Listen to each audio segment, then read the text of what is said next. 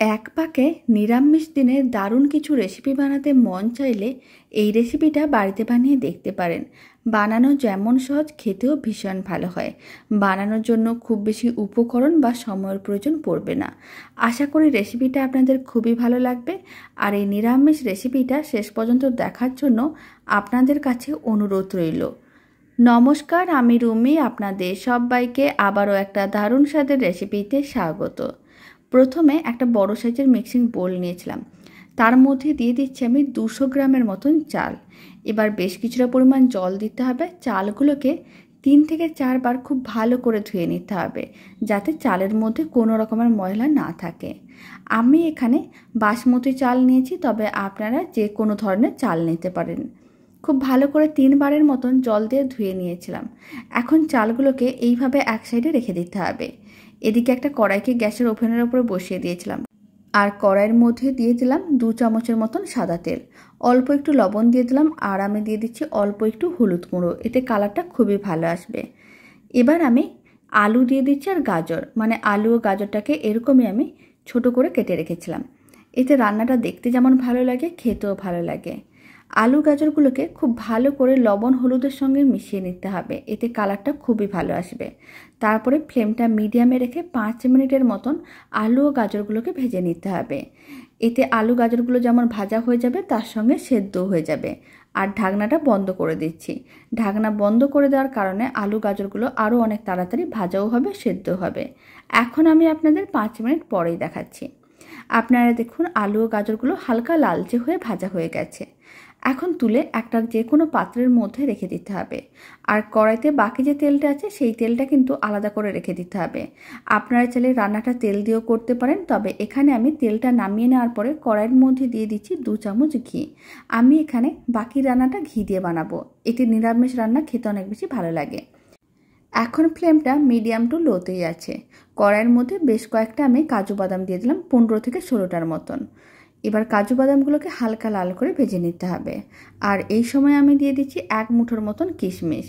একইভাবে 15-20টার মতন কিশমিশ দিয়ে দিলাম। এখন কাজু বাদাম ও কিশমিশগুলোকে একেবারে হালকা লাল করে ভাজতে হবে। খুব বেশি লাল করে ভাজার দরকার নেই। আবার যদি অনেক বেশি লাল করে ভাজা হয়, তাহলে কিন্তু কিশমিশগুলো পুড়ে যেতে পারে, এতে খেতে তেতো লাগবে। তাই একেবারে হালকা লাল করে ভাজা হয়ে গেলে তুলে নিতে হবে। আলু ও গাজরগুলোকে ভেজে যেই পাত্রের মধ্যে রেখেছিলাম, সেই পাত্রের মধ্যে আমি কাজু কিশমিশগুলোকে তুলে রেখে দিলাম। এখন ফ্লেমটা লোতে আছে। এবার আমি কড়াইয়ের মধ্যে দিয়ে দিচ্ছি ধুয়ে রাখা চাল। যেই চালগুলোকে আমি ধুয়ে রেখেছিলাম, সেগুলো কড়াইয়ের মধ্যে দিয়ে দিলাম। আর 1 চিমটের মতন হলুদ গুঁড়ো দিলাম।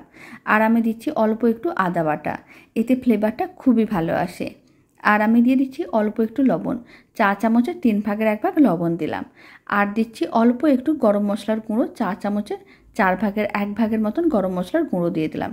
তারপর সমস্ত কিছু একসঙ্গে ভালো করে মিশিয়ে নিতে হবে। আর এইভাবে 2 থেকে 3 মিনিট নাড়াচাড়া করে নিতে হবে, ফ্লেমটা লোতেই রেখে, যাতে চালগুলো একটু ভাজা হয়ে যায়। প্রায় 2 মিনিটের মতো নাড়াচাড়া করে নিয়েছিলাম। এখন আমি এর মধ্যে দিয়ে দিচ্ছি ভেজে রাখা আলু, গাজর, কাজু, কিশমিশ। আবারও একইভাবে সমস্ত কিছু ভালো করে মিশিয়ে নিতে হবে। সমস্ত কিছু খুব ভালো করে মিশিয়ে নেওয়ার পরে এখন আমি এর মধ্যে দিয়ে দিচ্ছি স্বাদ অনুযায়ী চিনি। রান্নাটা যেহেতু নিরামিষে বানাচ্ছি, আর তাই আমি একটু মিষ্টি দিচ্ছি। এখানে আমি 3 চামচের মতন চিনি দিয়ে দিলাম। আপনারা যদি মিষ্টি মিষ্টি করতে না চান, তাহলে চিনিটা একেবারে অল্প দিতে পারেন। তবে এইভাবে রান্নাটা একটু মিষ্টি মিষ্টি করে বানিয়ে দেখতে পারেন, খেতে কিন্তু বেশ ভালো হয়। সমস্ত কিছু একসঙ্গে খুব ভালো করে মিশিয়ে নিতে হবে। আর ফ্লেমটা লোতে রাখার কারণে চিনিগুলো কিন্তু মেল্ট হয়ে যাবে। যখন চিনিগুলো মেল্ট হয়ে আসবে, তখন আমি রান্নার মধ্যে দিয়ে দিচ্ছি বেশ কিছুটা পরিমাণ জল।